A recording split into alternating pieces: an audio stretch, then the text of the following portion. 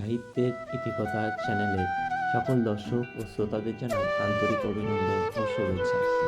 প্রিয় ছাত্রছাত্রীরা, আমি পূর্বের ভিডিওতে তোমাদের একাদশ শ্রেণী নতুন পাঠ্যক্রমের অন্তর্গত পুঁইমাছা গল্পটি পাঠ করে শুনিয়েছি। আজকের ভিডিওতে সেই পুঁইমাছা গল্পের লাইন ধরে ব্যাখ্যা করব এবং প্রতিটি শব্দের যে কঠিনগুলো শব্দ আছে তার অর্থ তোমাদেরকে সহজ করে বুঝিয়ে দেব। পুঁইমাছা, বিভূতিভূষণ বন্দ্যোপাধ্যায়। মেঘমল্লার হলো এই পুঁইমাছা গল্পের উৎস এবং পুঁইমাছা গল্পটি 1931 সালে প্রথম প্রবাসী পত্রিকায় প্রকাশিত হয়েছিল। সহায়হরি চাটুজ্জে উঠানে পা দিয়াই স্ত্রীকে বলিলেন, একটা বড় বাটি কি ঘটি যা হয় কিছু দাও তো, তারকখুড়ো গাছ কেটেছে, একটু ভালো রস আনি। কে গাছ কেটেছে? তারকখুড়ো। যে গাছ কাটার কারণে যে রস সংগ্রহ করছিল সেই রস থেকে কিছুটা রস এই সহায়হরি চাটুজ্জে আনতে চাই, এই জন্য বাড়িতে এসেছে কিছু পাত্র নিয়ে যেতে। স্ত্রী অন্নপূর্ণা খড়ের রান্নাঘরের দাওয়ায় বসিয়া শীতকালের সকালবেলা নারকেল তেলের বোতলে ঝাঁটার কাঠি পুড়িয়া 2 আঙুলের সাহায্যে ঝাঁটার কাঠি সংলগ্ন জমানো তেলটুকু সংগ্রহ করিয়া চুলে মাখাইতেছিলেন। স্বামীকে দেখিয়া তাড়াতাড়ি গায়ের কাপড় একটু টানিয়া নিলেন মাত্র। অর্থাৎ তিনি কী করলেন? স্ত্রী অন্নপূর্ণা যখন খড়ের রান্নাঘরের দাওয়ায়, মানে হচ্ছে খড় দিয়ে ছাওয়া যে রান্নাঘর, তার দাওয়ায় অর্থাৎ তার বারান্দাতে বসে শীতকালে সকালবেলা নারকেল জমে যাওয়ার জন্য ঝাঁটার কাঠি দিয়ে সেই নারকেল তেলের বোতলের মুখে খোঁচা দিয়ে সেখান থেকে যতটুকু বেরিয়ে আসছিল সেই কাঠির আগায় লেগে থাকা ওই তেল ঘষে মাথায় চুলে মাখছিল। এই মুহূর্তে তার স্বামীকে দেখেই তিনি তার নিজে থেকে একটু সংভ্রম হয়ে বসলেন, ওই জন্য গায়ের কাপড় একটু টানিয়ে নিলেন। কিন্তু যে কোনো একটা বাটি বা ঘটি দিতে হবে এ বিষয়ে তিনি কোনো বিন্দুমাত্র আগ্রহ দেখালেন না। তাছাড়া কি তার পরিবর্তে তিনি কথাও বললেন না। সহায়হরি অগ্রবর্তী হইয়া বলিলেন, কি হয়েছে? বসে রইলে যে, দাও না একটা ঘটি। আহ, খেন্তি টেন্তি সব কোথায় গেল এরা? তুমি তেল মেখে বুঝি ছবে না? সহায়হরি তখন দেখছে যে তার স্ত্রী অন্নপূর্ণা বাটির ঘটি দেওয়ার কোনো উৎসাহই নেই। তখন কাছে এসে বলল যে, বসে রইল কেন? কোনো কি কারণ আছে যা না দেওয়ার? হয়তো হতে পারে যে তেল মেখেছে বলে আর হয়তো বাটিটা দিতে পারবে না, তাই তার মেয়ে দুটি যে খেন্তি, সেই খেন্তিকে সে বাড়িতে, তাই তার বড় মেয়ে খেন্তি তারা কি বাড়িতে আছে বা অন্যান্য মেয়েরা বাড়িতে আছে কি নেই সেটা সে জানতে চাইল। অন্নপূর্ণা তেলের বোতলটি সরাইয়া স্বামীর দিকে খানিকক্ষণ চাহিয়া রহিলেন, পরে অত্যন্ত শান্ত সুরে জিজ্ঞাসা করিলেন, তুমি মনে মনে কি ঠাউরেছ বলতে পারো? এই ঠাউরেছ কথার অর্থ হচ্ছে লক্ষ্য করা। অর্থাৎ অন্নপূর্ণা তখন তেলের বোতলটি সরিয়ে রাখলেন এবং বললেন খানিকক্ষণ স্বামীর দিকে চেয়ে থেকে, যে তুমি কি মনে করেছ, তুমি কি লক্ষ্য করেছ এটা বলতে পারো? স্ত্রীর অতিরিক্ত রকমের শান্ত সুরে সহায়হরির মনে ভীতির সঞ্চার হলো। স্ত্রী সাধারণত এরকম শান্ত হয়ে যখন কখনো কোনো কিছু অভিযোগ করে তখন তার পর মুহূর্ত যে আরও বিস্তর ভূমিকা লাভ করে সেটা সহায়হরি জানত। তাই হঠাৎ করে স্ত্রীর এই শান্ত সুরে কথাবার্তায় তার মনে একটা ভয়ের সঞ্চার হলো। ইহা যে ঝড়ের অব্যবহৃত পূর্বের আকাশের স্থির ভাব অর্থাৎ শান্ত ভাব মাত্র, মানে কোনো একটা প্রাকৃতিকভাবে তীব্র ঝড় উপস্থিত হলে তার পূর্ব মুহূর্তে যেমন একটা শান্ত আবহাওয়া বিরাজ করে, ঠিক তেমনি তার এই শান্ত সুর তার পরবর্তী বড় কোনো ঝড়ের একটা অশনি সংকেত। তা বুঝিয়া তিনি মরিয়া হইয়া ঝড়ের প্রতীক্ষায় অর্থাৎ অপেক্ষায় রহিলেন। এবার তিনি একটু আমতা আমতা করিয়া কহিলেন, কেন, কি আবার কি?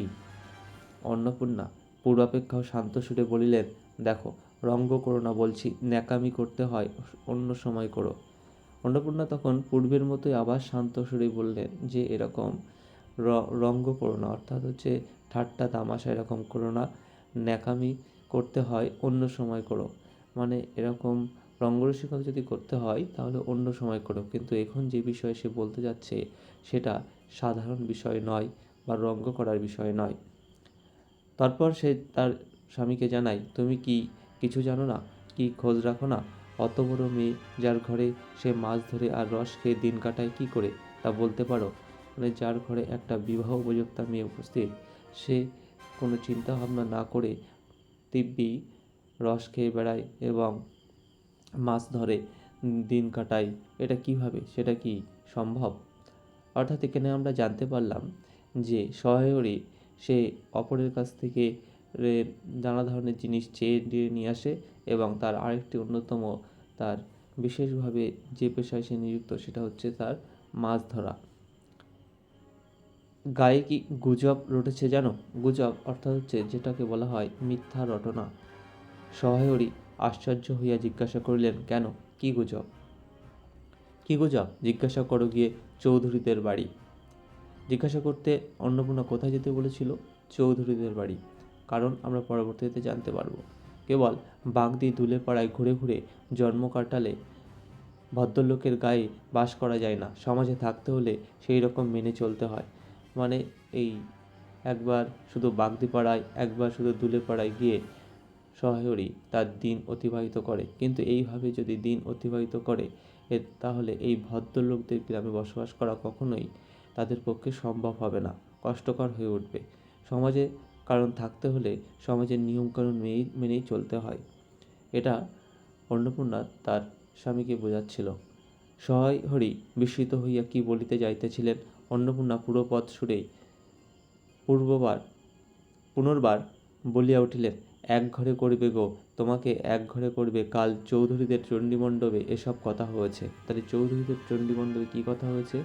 যে সহায়রী পরিবারটাকে অন্যান্য পরিবার থেকে এক ঘরে করে দেওয়া হবে, কারণ এরা সমাজের নিয়মের বাইরে চলছে, সমাজ মতো না চলার কারণেই তাদেরকে এক ঘরে করে দেবে।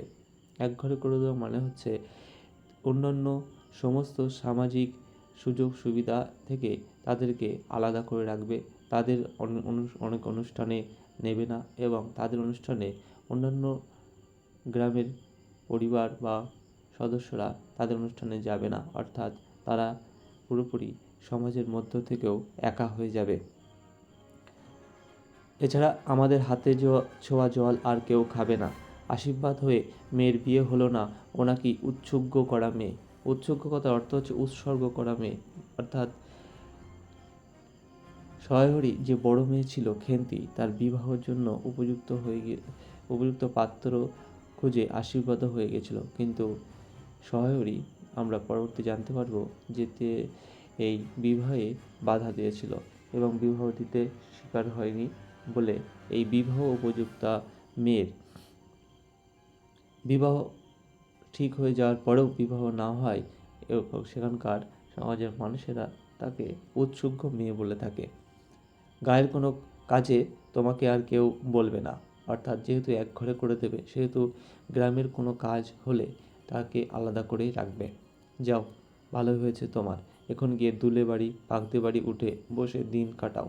এটা একটু রাগে ক্ষোভে বলায় যে এতে ভালোই হয়েছে, তোমার দুলে বাড়ি বাগদে বাড়ি যাওয়াটা আরও ভালো হলো এবং চিন্তামুক্ত হলো।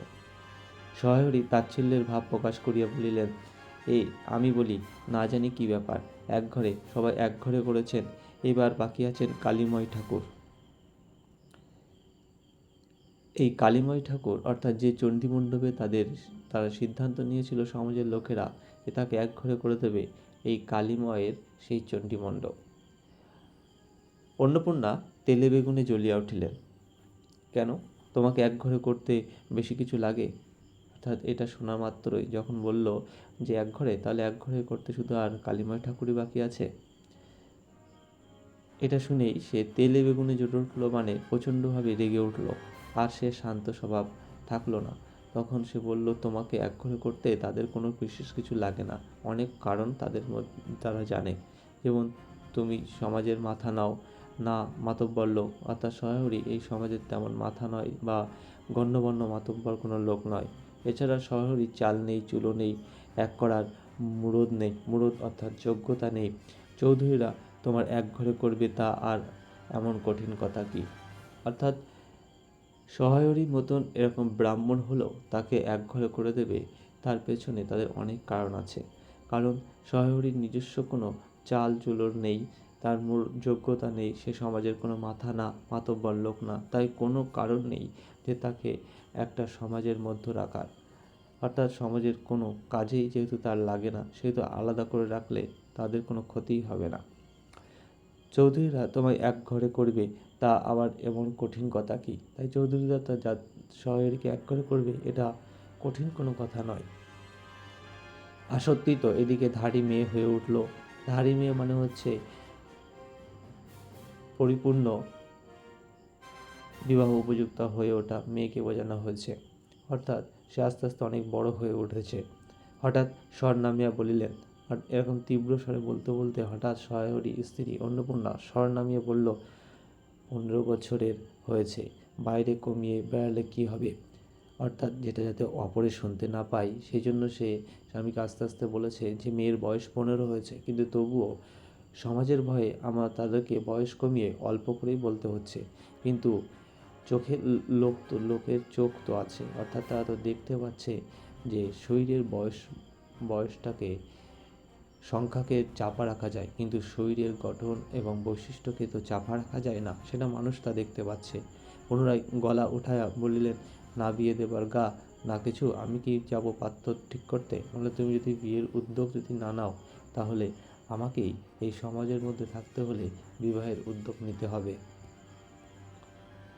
সশরীরে অর্থাৎ প্রত্যক্ষ উপস্থিতিতে যতক্ষণ স্ত্রীর সম্মুখে বর্তমান থাকবেন, স্ত্রীর গলার সুর ততক্ষণ কমিবার কোনো সম্ভাবনা নাই বুঝিয়া সহায়রী দাওয়া হইতে তাড়াতাড়ি একটি কাঁসার বাটি উঠাইয়া লইয়া খিড়কি দুয়ার লক্ষ্য করিয়া যাত্রা করিলেন। কিন্তু খিড়কি দুয়ারের একটু এদিকে কি দেখিয়া হঠাৎ থামিয়া গেলেন এবং আনন্দপূর্ণ স্বরে বলিয়া উঠিলেন, এসব কী রে খেন্তিমা, এসব কোথা থেকে আনলি? ও ও এ যে। অর্থাৎ যখন সে ভাবলো যে এই অবস্থায় যদি আমি স্ত্রীর সম্মুখে থাকি, তাহলে তাদের মধ্যে কথাবার্তা বাগবিতণ্ডা আরও ভয়ঙ্কর পর্যায়ে চলে যাবে, তাই স্ত্রীর সম্মুখ থেকে এই পর্যায়ে চলে যাওয়াটাই সবচেয়ে উপযুক্ত হবে। এই জন্য বারান্দা থেকে একটা কাঁসার বাটি নিয়ে সেখান থেকে খিড়কির দুয়ার লক্ষ্য করিয়া বার হয়ে যাচ্ছিলেন, কিন্তু হঠাৎ করে খিড়কির দুয়ারে লক্ষ্য করলেন তার মেয়েকে, তার বড় মেয়ে সেই খেন্তি। তাই সেই খেন্তিকে বললেন, খেন্তি মা, এসব কোথা থেকে আনলে? অর্থাৎ তার খেন্তিকে তার প্রচণ্ড আদরের স্বরে তাকে খেন্তি মা বলে ডাকে, এবং সেই খেন্তি মা হাতে করে কিছু নিয়ে এসেছিল, সেটা দেখেই সে জিজ্ঞাসা করেছিল যে এটা কোথা থেকে এনেছে। এবার আমরা সেই খেন্তি সম্পর্কে কিছু পরিচয় জানতে পারবো। খেন্তি কে? খেন্তি আসলে 14-15 বছরের একটি মেয়ে। তার দুটি ছোট ছোট মেয়ে পেছনেও ছিল। বাড়ি ঢুকিল, তাহার পাতে এক বোঝা পুঁইশাক হাতে, তার হাতে এক বোঝা পুঁইশাক। ডাঁটাগুলি মোটা ও হলদে হলদে চেহারা দেখিয়া মনে হয় কাহারা পাকা পুঁই গাছ উপড়িয়া ফেলিয়া উঠানে জঙ্গল তুলিয়া দিতেছিল। মেয়েটি তাহাদের উঠানের জঞ্জাল প্রাণপণে তুলিয়া আনিয়াছে। ছোট মেয়ে দুজনের মধ্যে একজনের হাত খালি, অপরটির হাতে গোটা 2-3 পাকা পুঁই পাতা জড়ানো কোনো দ্রব্য। অর্থাৎ 14-15 বছরের যে মেয়েটি ছিল, সেটির পেছনেও আরও 2টি মেয়ে ছিল। অর্থাৎ বোঝা যাচ্ছে যে সহায়রীর 3 মেয়ে। এই সহায়রীর প্রথম মেয়েটির নামই হলো খেন্তি। অর্থাৎ তার হাতে ছিল এক বোঝা পুঁইশাক, কিন্তু ডাঁটাগুলোর অবস্থা খুবই খারাপ, কারণ ডাঁটাগুলো মোটা এবং হলদে। আর হলদে চেহারা দেখে মনে হচ্ছে যে কাহারা এই পাকা পুঁই গাছটা উপড়ে ফেলেছে, আর সেখান থেকে সেই জঞ্জাল তুলিয়ে ফেলেছে, আর সেখান থেকেই এই মেয়েটিরা সেই জঞ্জাল প্রাণপণে তুলে এনেছে। আর ছোট মেয়ের মধ্যে একজনের হাত খালি এবং অন্যজন সেই পাকা পুঁই পাতা জড়ানো কোনো একটা দ্রব্য তার হাতে আছে।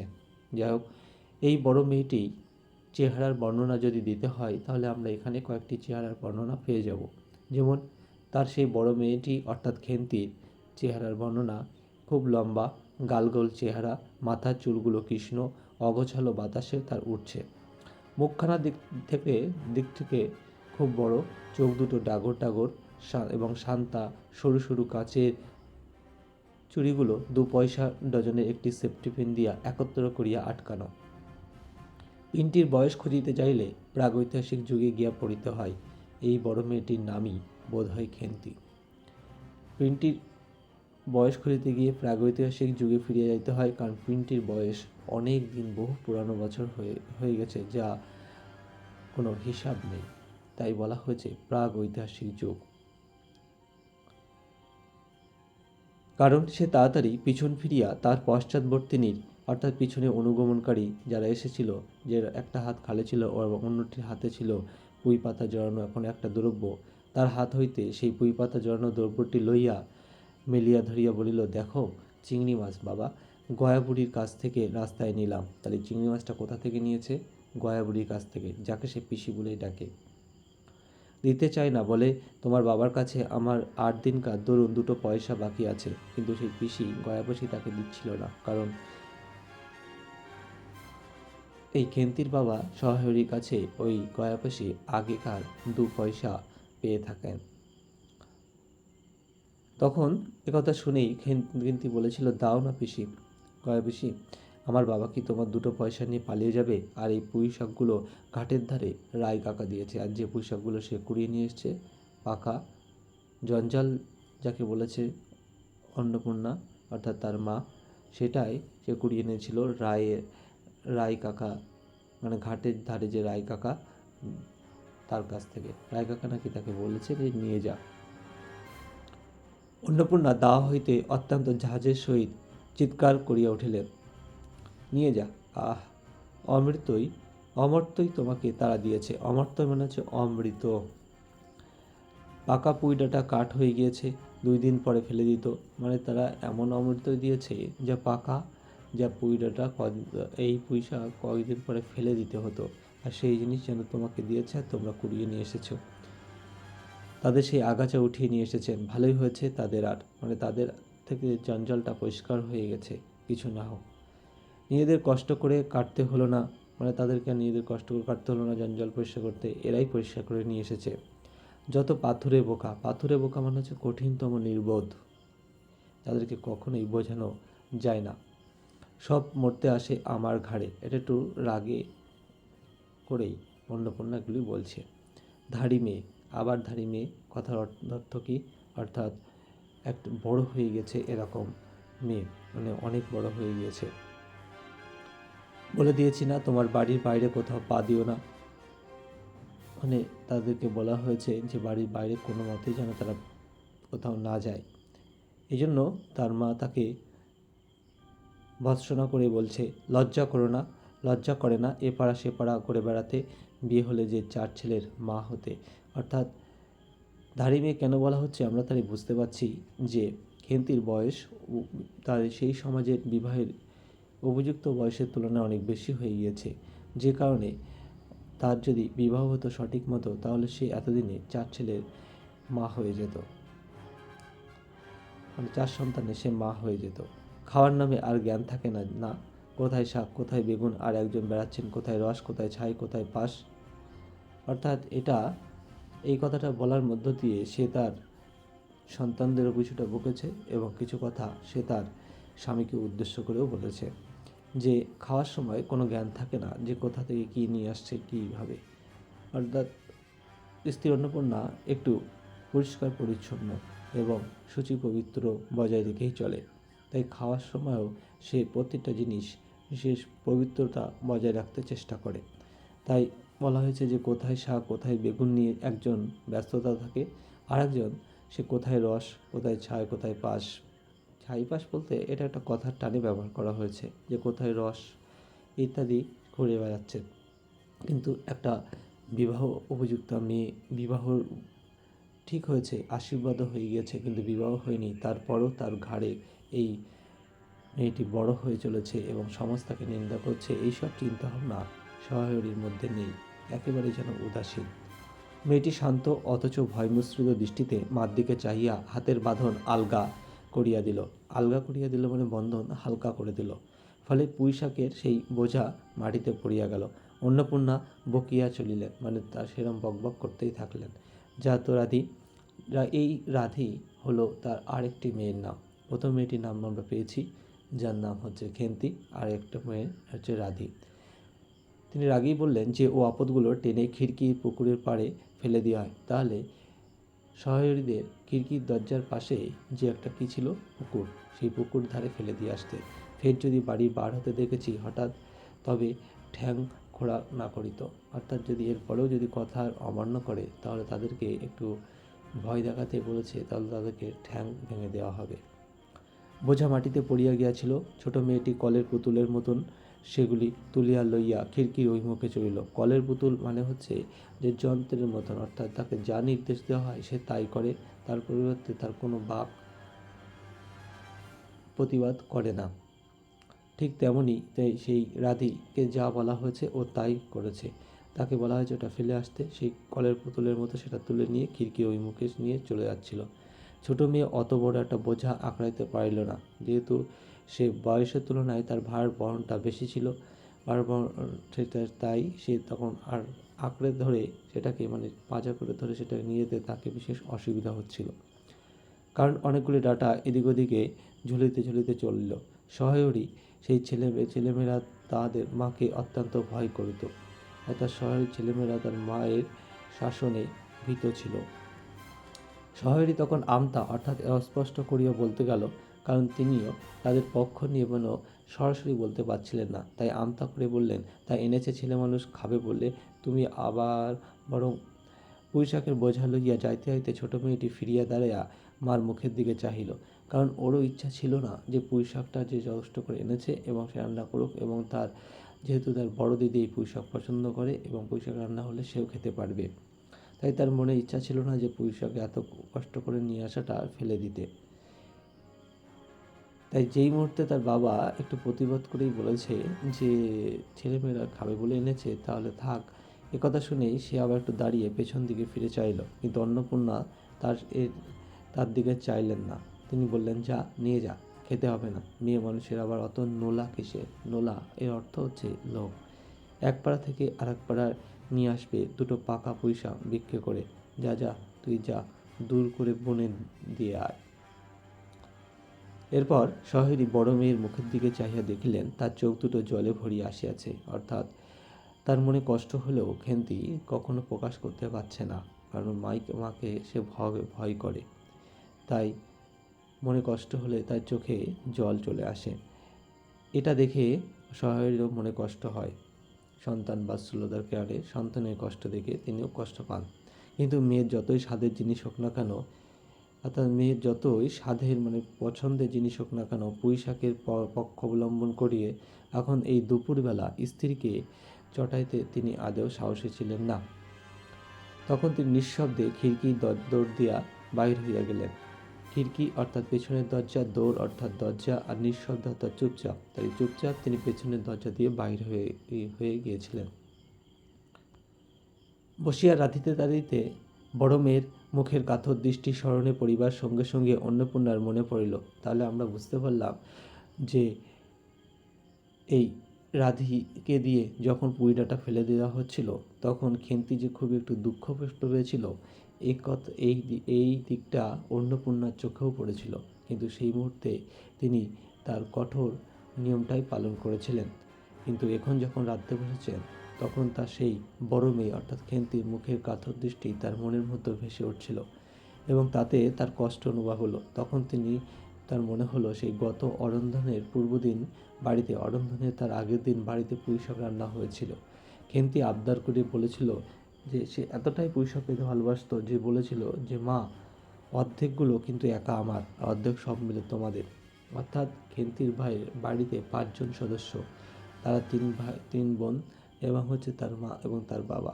অর্থাৎ যতটুকু পুঁইশাক সে রান্না হয়েছে, সে এতটা পুঁইশাকই সে পছন্দ করে যে তার অর্ধেক অংশ শুধুমাত্র খেন্তি খাবে, আর বাকি তার 2 বোন এবং তার বাবা মা অর্ধেকটা খাবে। বাড়িতে এই সময় কেউ ছিল না। তিনি নিজে গিয়া উঠানের ও খিড়কির দূরে আশপাশে যে জাটাগুলি পড়িয়াছিল সেগুলি কুড়িয়া লইয়া আসিলেন। অর্থাৎ কিছুটা সে বোঝা বইতে পারছিল না রাধি, ফলে কিছু ডাটা সে পড়ে গিয়েছিল, আর কিছু পুকুরে চলে গিয়েছিল। তাই যেগুলো আশপাশে পড়েছিল সেগুলো কুড়িয়ে এনে আর বাকিগুলো কুড়ানো যায়নি, কারণ ডোবার ধারে ছাই গাদায় ফেলিয়া দেওয়া হয়েছিল। আর তার নোংরা থেকে আর তিনি নেননি, যেহেতু শহরের স্ত্রী অন্নপূর্ণা একটি পরিষ্কার পরিচ্ছন্ন মানুষ। কুচো চিংড়ি দিয়ে, মানে যে চিংড়িগুলো নিয়ে এসেছিল গয়া পিসির কাছ থেকে, সেই চিংড়িগুলো দিয়ে চুপি চুপি তিনি পুঁইশাকের তরকারি রাঁধলেন, কাউকে প্রকাশ করলেন না। হঠাৎ যখন দুপুরবেলা খেন্তি পাতে পুঁইশাকের চচ্চড়ি দেখল, তখন বিস্ময়ে এবং আনন্দপূর্ণ ডাগর চোখে মায়ের দিকে ভয়ে ভয়ে সে চেয়েছিল। দুই একবার এদিকে ওদিকে ঘুরে আসতেই অন্নপূর্ণা দেখলেন যে তার পাতেতে যতটুকু পুঁইশাক দেওয়া হয়েছে তার সব আর নেই, সব সে খেয়ে ফেলেছে। পুঁইশাকের উপর তার এই মেয়েটির একটা অন্যরকম যেন একটা লোভ, একটা টান। সে এটাকে খুবই ভালোবাসে। তিনি এটা জানতেন, তাই জিজ্ঞাসা করলেন যে, কী রে খেন্তি, তোকে কি আর একটু চচ্চড়ি দেব? খেন্তি তৎক্ষণাৎ ঘাড় নাড়িয়া আনন্দজনক প্রস্তাব সমর্থন করিল। কি ভাবিয়া যে অন্নপূর্ণার চোখে জল আসলো। যেই মুহূর্তে বলল যেন ও অপেক্ষাই করছিল, তখন সে বলল হ্যাঁ, সে নিতে চায়। এটা শুনে, এটা দেখে তার অন্নপূর্ণার স্ত্রীর চোখে জল এসে গিয়েছিল।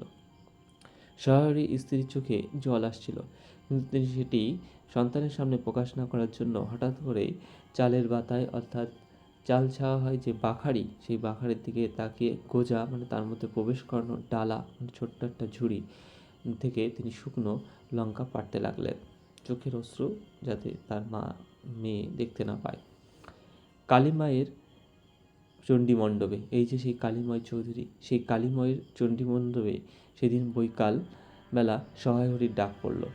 সংক্ষিপ্ত ভূমিকা ফাঁদিবার পর কালীময় উত্তেজিত সুরে বলিলেন, সেসব দিন কি আর আছে ভাইয়া? মানে ভাইয়া বলে সম্বোধন করলেন এখানে সহায় হরিকে। তিনি বললেন যে আগেকার সেই পূর্বের দিন কি এখন আর আছে? এই ধরো কেষ্ট মুখুজ্জে, একটা উদাহরণ হিসেবে বললেন কেষ্ট মুখুজ্জের কথা। কেন? কারণ স্বভাব নইলে পাত্র দেবেন না, অর্থাৎ স্বভাব না হলে, অনুপযুক্ত না হলে তিনি একটা পাত্র দেবেন না। স্বভাব নইলে পাত্র দেব না করেই তিনি একটা কাণ্ডই করলেন। কি শেষ করে তিনি তার হরির ছেলেটাকে ধরে পড়ে মেয়ের বিয়ে দিলেন, অর্থাৎ তার মেয়ের বিয়ে দেওয়ার বিষয়ে তিনি উপযুক্ত পাত্রের সন্ধান করছিলেন। যতক্ষণ তো উপযুক্ত পাত্র না পাবেন তার মেয়ের বিয়ে দেবেন না। কিন্তু শেষমেশ এমন পর্যায়ে হয়ে গেল, হরির ছেলেটাকে ধরে পড়েই মেয়ের বিয়ে দিতে হলো সেই কেষ্টমুখ হচ্ছে। তখনই রক্ষকই তারা কি স্বভাব, রাম বলো ৬-৭ পুরুষে ভঙ্গ ৫০ ক্ষত্রিয়, অর্থাৎ সেই এখানে হরির ছেলের বর্ণনা করা হয়ে বলা হয়েছে যে রাম বলল ৬-৭ পুরুষ তার ভঙ্গ এবং ৫০ ক্ষত্রিয়। পরে সুর নরম করিয়া আবার বললেন যে সমাজে সেসব শাসনের দিন কি আর আছে? মানে সেই সব শাসনের দিন এখন আর নেই। পূর্বে যেমন শাসন হতো, এখন সেই শাসন আস্তে আস্তে অবলুপ্ত হয়ে গেছে। দিন দিন চলে যাচ্ছে, বেশি দূর যায় কেন? এই যে তোমার মেয়েটি ১৩ বছরে, শহরের উদ্দেশ্য করে বলছে যে তোমার মেয়েটির এখন বয়স ১৩ বছরে, কিন্তু আমরা আগে জেনেছি যে তার বয়স ১৫। কিন্তু যারা যেহেতু সমাজের ভয় কম বলে, তাই কম বয়সটাই তারা শুনে এসেছে। এটা শোনা মাত্রই শহরই বাধা দিয়ে বলল, না, এই শ্রাবণে ১৩ই পড়বে, অর্থাৎ তার বয়স ১৩ই পড়বে, অথচ এটা কিন্তু তার আসল বয়স নয়। যাই হোক, আহা, ১৩ আর ১৬ তফাৎ কিসের শুনি? ১৩ই পড়লো আর ১৬ই পড়লো, তাতে তফাৎ কিসের শুনি? এখানে ১৬ই হবে না, এটা ১৬ই হবে। ১৩ই ১৬ই তফাৎটা কিসের? আর সে ১৩ই হোক আর ১৬ই হোক, চাই ৫০ই হোক, তাতে আমাদের দরকার নেই। সে তোমার হিসেব তোমার কাছে, কিন্তু পাত্রর আশীর্বাদ হয়ে গেল, তুমি বিকে বসলে কী জন্যে শুনি? অর্থাৎ আমরা পূর্বেই জেনেছি যে আশীর্বাদ হয়ে যাওয়া এই খেন্তির বিবাহ হয়নি, তাই সকলে তাকে উৎসুক মেয়ে বলে। কিন্তু এই আশীর্বাদ হয়ে যাওয়া এবং বিবাহ সম্পন্ন হয়ে যাওয়া শুধু ৭ পাক বাকি ছিল, এই মুহূর্তে কেন সে বাধা দিয়েছিল, সেটা শহরের কাছ থেকে জানতে চায় কালীময়। তখন আরও বলায় যে ও তো একরকম উৎসুগ্য করা মেয়ে, আশীর্বাদ হয়ে যাওয়া যা, বিয়ে হওয়া তা, ৭ পাকের যা বাকি, এই তো। সমাজে বসে এসব কাজগুলো তুমি যে করবে আর আমরা বসে বসে দেখব, এ তুমি মনে ভেবো না। সমাজের বামুনদের যদি জাত মারবার ইচ্ছে না থাকে, মেয়ের বিয়ের বন্দোবস্ত করে ফেলো। অর্থাৎ সমাজে যে বামুন ব্রাহ্মণ, তাদের যে জাত নষ্ট হয়ে যাওয়ার যদি ইচ্ছা না থাকে, তাহলে এক্ষেত্রে মেয়ের বিয়ের যে কোনো একটা ব্যবস্থা করে ফেলতে হবে। পাত্তর যদি খুঁজতে হবে, এবং রাজপুত্তর না হলেও পাত্তর মেলে না।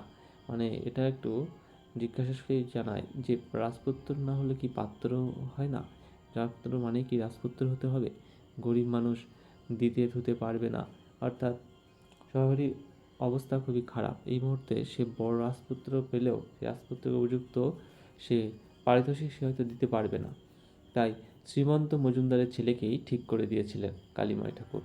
লেখাপড়া নাই সে জানে না, তবে জজ ম্যাজিস্ট্রেট না হলে কি আর মানুষ হয় না? অর্থাৎ লেখাপড়া জানে না জজ ম্যাজিস্ট্রেট, জজ অর্থাৎ বিচারপতি, ম্যাজিস্ট্রেট অর্থাৎ জেলা শাসক, এরকম গণ্যমান্য ব্যক্তি না হলে কি তাকে মানুষ বলা যায় না? দিব্যি যে পাত্রকে সে ঠিক করে দিয়েছে তার সম্পত্তি বিশেষ পরিমাণে আছে, বাড়ি, বাগান, পুকুর, এমনকি কুড়ির জমিতেও 4টি আমন ধানও করেছে। অর্থাৎ এটাই তার রাজার হাল। এবং তাছাড়া তাদের অভাব হবে না, কারণ ওই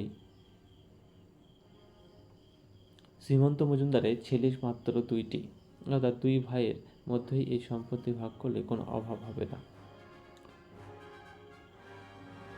কিন্তু কেন যে সে বারণ করেছিল বা বিবাহ দিতে রাজি হয়নি সেটা আমরা এখানে জানতে পারব।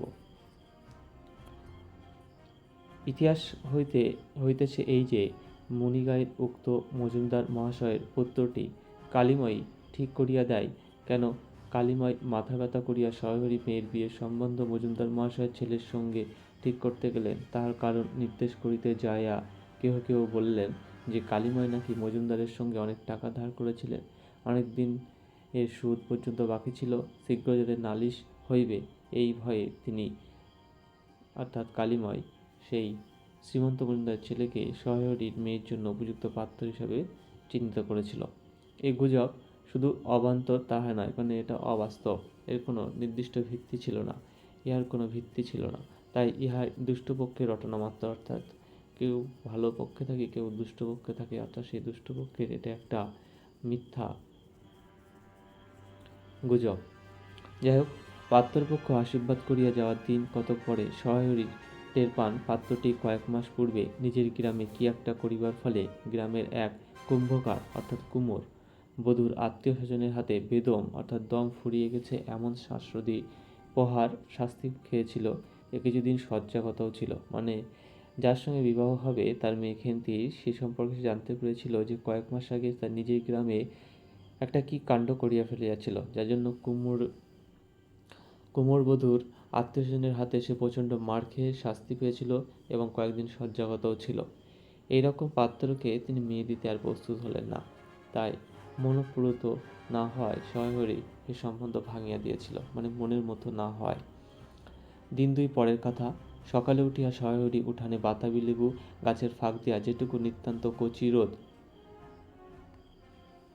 রাঙা রৌদ্র আসিয়াছিল তাহারই আতপে বসিয়া আপন মনে তামাক টানিতেছিল। মানে এই ঘটনা মানে তার চণ্ডীমণ্ডপের ডাকার ঠিক দিন 2 পরে সকালে উঠে সহহরি বাতাবি লেবুর গাছের ফাঁক দিয়া একটা রোদ আসছিল, সেই কচি রোদের মধ্যে সে বসিয়া শরীরের তাপ গ্রহণ করছিল, আতপ নিচ্ছিল। কিন্তু এই সময় সে তামাকও টানছিল। কিন্তু সেই সময় তার স্ত্রী বাড়ি ছিল না, বড় মেয়ে ছিল। সেই বড় মেয়ে খেন্তি তাকে চুপি চুপি এসে বলল, বাবা যাবে না? মা ঘাটে গেল, অর্থাৎ মা স্নান করতে গিয়েছে। শহরই একবার বাড়ির পাশে ঘাটের পথের দিকে কি জানি কেন চাহিয়া দেখিলেন, পরে নিম্ন স্বরে বললেন, যা শিগগির শাবলখানা নিয়ে আয় দেখি। অর্থাৎ শহরই একবার ঘাটের দিকে দেখলেন যে তার স্ত্রী আসার সম্ভাবনা আছে কি না। তারপর আস্তে আস্তে তার মেয়েকে অর্থাৎ খেন্তিকে শাবলখানা বের করে আনতে বললেন। কথা শেষ করিয়া তিনি উৎকণ্ঠার অর্থাৎ ব্যাকুলতার সহিত জোরে জোরে তামাক টানিতে লাগলেন, অর্থাৎ তাড়াতাড়ি তামাক শেষ করেই তিনি বেরিয়ে পড়বেন তার উদ্দিষ্ট লক্ষ্যে। এবং পুনরায় একবার কি জানি কেন খিড়কির দিকে সতর্ক দৃষ্টি নিক্ষেপ করলেন, অর্থাৎ সেই দরজা দিয়ে তার স্ত্রী আসার সম্ভাবনা আছে কি নেই তা দেখে নিলেন। ইতিমধ্যে প্রকাণ্ড ভারী একটা লোহার শাবল 2 হাত দিয়া আঁকড়া ধরিয়া খেন্তি আসিয়া পড়িল। সে কিসের শাবল? লোহার শাবল নিয়ে এসেছিল। তৎপরে পিতা পুত্রীতে সন্তর্পণে মানে অতি সাবধানে সম্মুখের দরজা দিয়ে তারা দুজনে পার হয়ে গেছিল, বড় মেয়ে খেন্তি এবং তার বাবা সহহরি। ইহাদের ভাব দেখিয়া মনে হইতেছিল ইহারা কারো ঘরে শীত দিবার উদ্দেশ্যে যাচ্ছে, মানে ওরা এমনভাবে যাচ্ছে লুকিয়ে লুকিয়ে, মনে হচ্ছে যেন কারো ঘরে চুরি করতে যাচ্ছে। অন্নপূর্ণা স্নান করিয়া সবে কাপড় ছাড়িয়া উনুন ধরাইবার জোগাড় সংগ্রহ করিতেছেন। জোগাড় অর্থাৎ সংগ্রহ করিতেছিলেন। অরুণ ধরিবার জন্য যেগুলো দরকার সেগুলো তিনি সংগ্রহ করছিল স্নান করে এসে। অন্যদিকে মুখুজ্জে বাড়ির ছোট খুকি দুর্গা, মুখুজ্জের ছোট খুকির নাম কি? দুর্গা। সে এসে বলছে যে খুড়িমা, মানে অন্নপূর্ণাকে খুড়িমা সম্বোধন করে বলছে যে কাকিমা, যে মা বলে দিলে খুড়িমাকে বল, অর্থাৎ তোর কাকিমাকে গিয়ে বল যে মাছ হবে না, তুমি আমাদের নবান্নটা মেখে ইতুর ঘটগুলো বার করে দিয়ে আসবে। মানে মা এই পূজার ঘরে ঢুকবে না এবং নবান্নটাও মাখবে না, যাতে করে অন্নপূর্ণা গিয়ে সেগুলো ছই এবং নবান্নটা মেখে দিয়ে আসে। ইতুর ঘর বলতে কি? ইতু হলো এক ধরনের পূজা যেটি প্রতি রবিবার আঘ্রাণ মাসে করা হয়ে থাকে। ইতু অতার অর্থ হচ্ছে, এখানে বলে রাখি, মৃত্যুর অর্থ হচ্ছে সূর্য। যাই হোক, মুখুজ্জে বাড়ি ও পাড়ায় ছিল। তখন যাইবার পথের বাধারে এক জায়গায় শেওড়া, বনভাট, রাংচিতা ও বনচালতা গাছের ঘন ঘন শীতের সকালে এক প্রকার লতাপাতার ঘন গন্ধ বন হইতে বাহির হইতেছিল। অর্থাৎ যে বন দিয়ে বাড়িতে মুখুজ্জে বাড়িতে যেতে হয় সেই পথে একটা বন পড়ে। একটা লেজ্জলা হলদে পাখি আমড়া গাছের এ ডাল হইতে ও ডালে যাইতেছিল। এইটা দেখতে পেয়েছিল দুর্গা। দুর্গা আঙুল দিয়ে তাই তার কাকিমাকে দেখালো, দেখো ওই যে কেমন পাখিটা। পাখিটা দেখতে গিয়ে অন্নপূর্ণা একটা জিনিস হঠাৎ লক্ষ্য করলো, যে বাগানের মধ্যে থেকে খুব খুব করে একটা শব্দ হচ্ছে, কে যেন কি ঘুরছে। দুর্গার কথা পরে হঠাৎ সেটা বন্ধ হয়ে গিয়েছিল। অন্নপূর্ণা সেখানে খানিকক্ষণ থমকিয়া দাঁড়ালো, পরে চলতে আরম্ভ করলো, কিন্তু খানিক দূর গিয়েই আবার সেই একই খুব খুব শব্দ শুনতে পেল। কাজ করিতে করিতে অন্নপূর্ণার কিছু বিলম্ব হইল, মানে কিছু দেরি হইল মুখুজ্জে বাড়িতে কাজ করতে করতে। এরপর তিনি বাড়ি ফিরে আসলেন।